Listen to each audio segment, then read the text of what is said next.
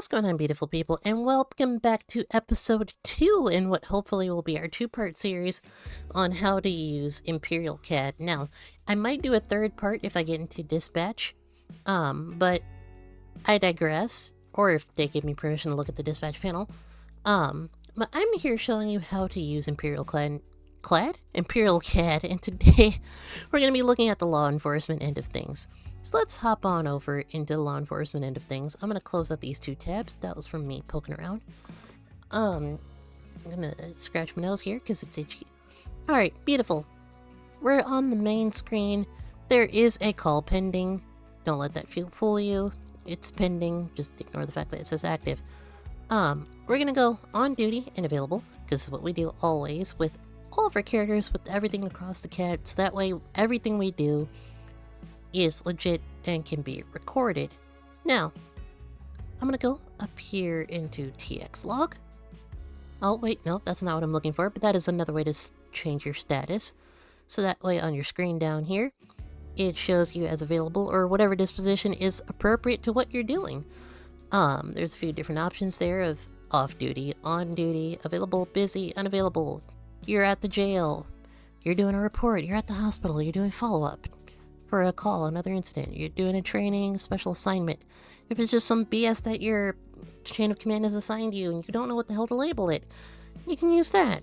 So special assignment works. In service, out of service, you know, all that good stuff. We are in service, or we're going to be in available status. So, what I was going to do, or talk about, is edit identifier. Put your first name, your last name, your identifier, your agency. Helps dispatch to know who you are, what unit you are, what you're doing. Beautiful.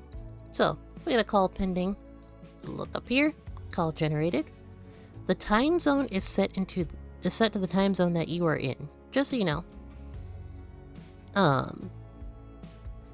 Anyways, so the call is a test call for reckless driving. You know, female blonde, lawnmower, all that good stuff. So let's say I want to attach myself to the call. How do I go about doing that, you might ask?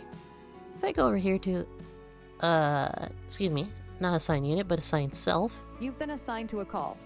I get assigned to the call. So that sets my status to en route. Until I change my status by clicking this button here to the left of TX data to arrived. So that puts me at, on scene. I'm here, I'm doing stuff, I'm attached to this call. Now, let's say I want to look up a person related to the call. But just before I even get into that, you have your call info. This is who made the call. The address the call came from. This is all information about the reporting party. Details. This is details about the call. State returns. This is where returns attached to the call from, returns from stuff that officers have looked up will be in here. Address history. If there is history on the call, history on the address for, like, say, domestic violence, whatever, stuff will populate at this address. So, you'll get address history. Now, you see over here where it says report number? It's a mouse tool that'll help us later. Click that, save that somewhere, great. So, let's say, hypothetically, I'll look the person up. Look up somebody related to the call. I'm on scene, I'm looking somebody up. I'm gonna look up testing test. Boom! It gives me driver details. Gives me address information, additional information, driver's license details. It does this every time. So, let's say I want to forward it to another officer. I could do so.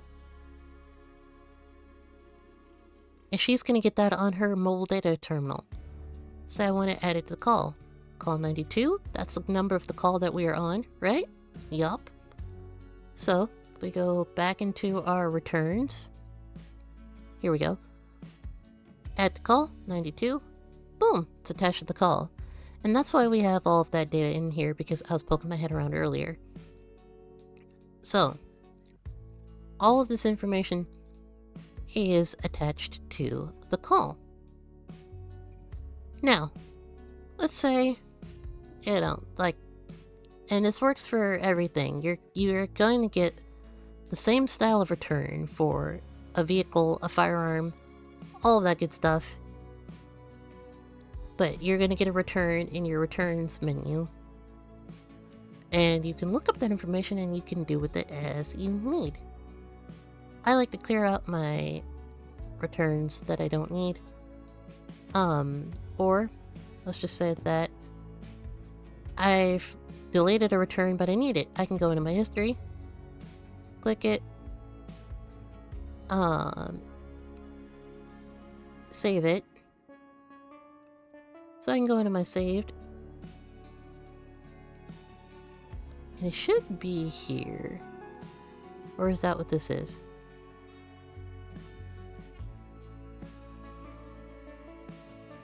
Hang on, let me just...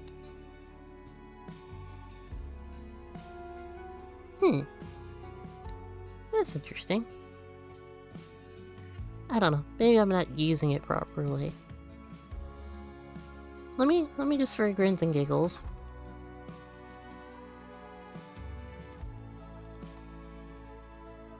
Just to see if it's a me thing. There we go. Okay, so you can't do it from the trash bin or history, so to speak. That is why that happened. So, let's say I want to go to my forums. Say I want to write a written warning. I'm just going to clear this out from earlier. Say I want to make a written warning. I'm going to go import current call. Boom. Gives me the call location, auto-generates all of this stuff up here. Let's say I want to import a return. Boom. I can do that. License plate 46 Echo King 572. Year 69. Blue. Dodge. Charger. San Andreas plates. Expires 5/8/2028. VIN. I could take the VIN from a vehicle I looked up over here. I do not have one. Let me see if I can remember a plate of mine. See if I can get a partial.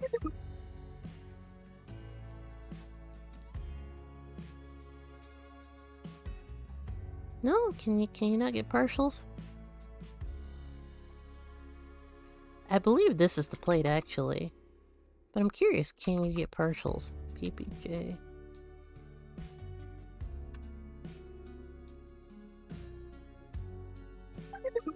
No. Okay, so it has to be specific.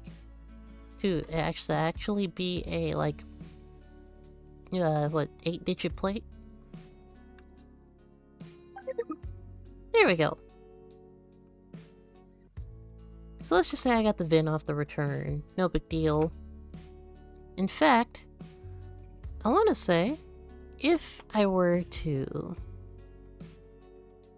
clear out all of this information, now I could be giving this CAD maybe more credit than I ought to, but I would imagine if I enter that VIN number,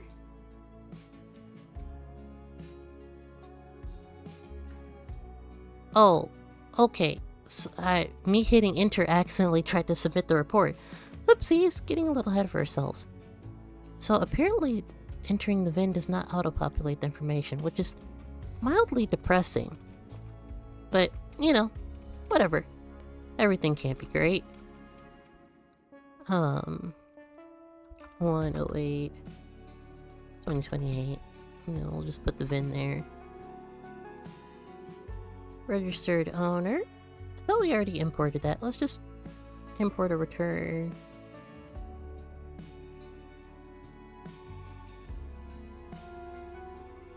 Okay, so I guess the registered owner could be different from the subject driving the bar, so that makes sense.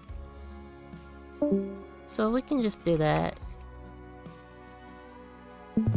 You fill in all of the information as needed. And as you kind of caught a glimpse of earlier, well, before I even get into that, manage charges, we'll do speeding, you know, 16 over. And then, so that adds the charges down here, and it automatically picks whether or not it's an infraction, misdemeanor, or felony, what have you. And let's just say we save the warning. And let's say we want to save and validate.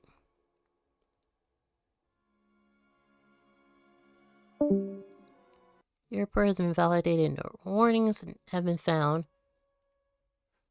Now, sometimes you will get validation warnings like you saw earlier, and it'll be like, hey, this is wrong, that is wrong, go fix this, or just submit it and, you know, kick it up to your chain of command. So, then it comes here, and it's pending review. If it was a citation, it would prompt the civilian to go and sign the ticket. And pretty much all of our forms work the same way. Now, there's a few things down here that confused me at first and may confuse you. So we got the admin per se form. So, this is really more so related to you had an MVA and somebody, or an MVA involving a DUI, I want to say. You would fill this out just based on the information you have of the individual that is, like, has been proven to be driving under the influence. Your department will explain some of these more hyper-specific forms to you if they want you to use them. 9 times out of 10, they're probably going to be specific to different subdivisions, like traffic enforcement. An arrest report. Let's take a look at what an arrest report looks like. This is probably the shorter than the written warning was. Your narrative, the charges, and you can probably autofill all the return information. Yep. Easy breezy, beautiful cover girl. Another thing I saw was the contact data form. It's just saying that you came into contact with somebody. No biggie.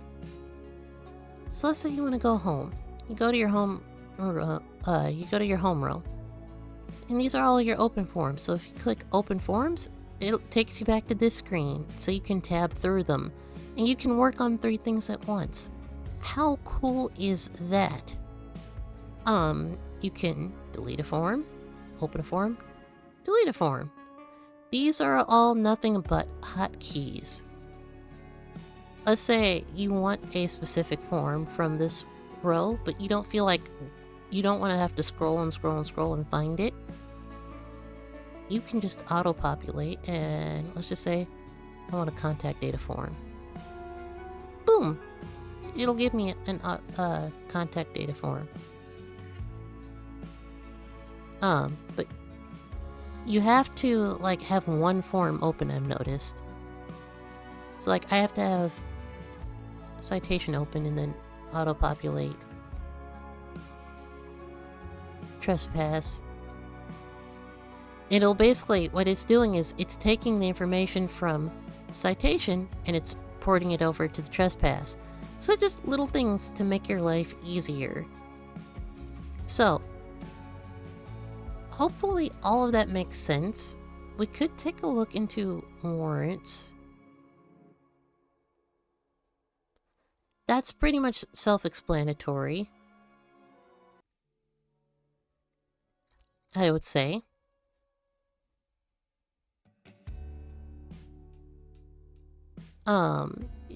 Pretty much the same set of buttons, same thought process.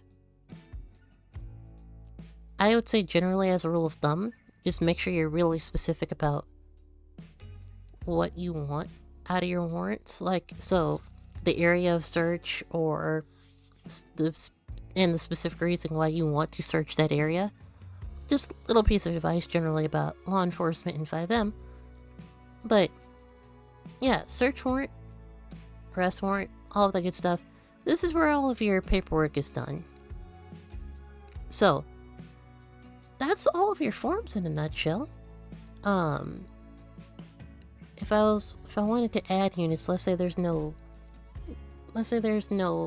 dispatch on, I could go in here and I could call units to the scene. If there were multiple units, I could click here and make myself the primary unit. What else do we got in here? Alerts. These are kind of like bolos, from what I understand. They're kind of like bolos.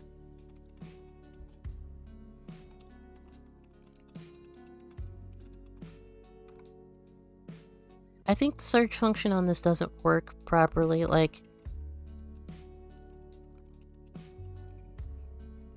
If I were to use... Oh, that does work. Wait, so... Let's go to our returns real quick and let's get that person's test 1, 2, 3, 5 test. So if we go to home screen, alerts, edit, test 1, 3, 5 test.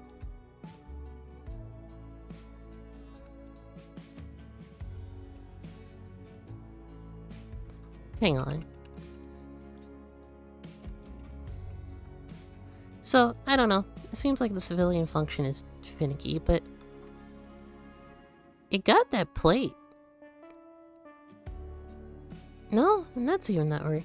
So, some stuff we've noticed, you know, can just be a bit touchy, and if you do see something that is genuinely broken, like this, it's not functioning how it's supposed to, unless this is a user error and I'm an idiot, just go ahead and contact a developer. The developer will either fix it on the back end as best as we can, or it will get forwarded to Imperial themselves and they can fix it later. What's under laws? Because I haven't taken a look here. Okay, so this is like a comprehensive version of the penal code. And you can search up laws here without having to go through the Google Doc every time. But I would recommend keeping up to date with Google Doc, because there might be some stuff in there that's not in here. I would just venture a guess. I don't know that for a fact. I do not believe we have the live map work. Oh, we got postals. Maybe we do. Oh, postals are actually working on the live map. Let's go. What else is in this bad boy that we could explain, go through, look at? I think we've pretty much covered everything. So let's go into the call. And we've done everything that we're going to do on this. We click complete, disposition. What happened? Citation issued. You've been detached from your assigned call. You can either finish and close, or just finish and leave the call open for your other units on scene. But since we have no other units, we're going to close the call. And that is pretty much how you use the Leo end of CAD in a nutshell. If you have any questions, comments, concerns, feel free to leave them down below, underneath the description of the video in the comment section. Reach out to me on Discord if you are a part of Vice Valley Roleplay and you want to know more about how to use this CAD in this specific community. I hope that this has been helpful. I hope that this has been enjoyable. Our end goal is to educate everybody on how to actually use the CAD, some things they might not know about the CAD, and to make usage as easy as possible for members of the community. If you are not familiar with the community is Vice Valley Roleplay. It's a wonderful 18+ community of very, very, very wonderful people. I know that might sound redundant, but I can't say it enough. Good people, good community, low trauma, high fun. The one main selling point that I always like to tell people about is the fact that the community, you can be in multiple different departments at once, but your activity is really only counted mainly for your primary department, maybe your primary and secondary, but everything after that is pretty much just go nuts, have fun. We want you to enjoy your time here, and we want to see you making characters and working out their storylines. As long as you are active, within reason obviously, but as long as you are active, that's all we care about. We don't care what you do. As long as you're following the rules, you're active, you're having fun. So if you want to learn more about that, I'm talking too fast and slipping up at the tongue. Check out the links in the description. I love you guys. Stay queer, quirky, nerdy. Do whatever you're gonna do. Game on, and I'll catch you guys later. Bye.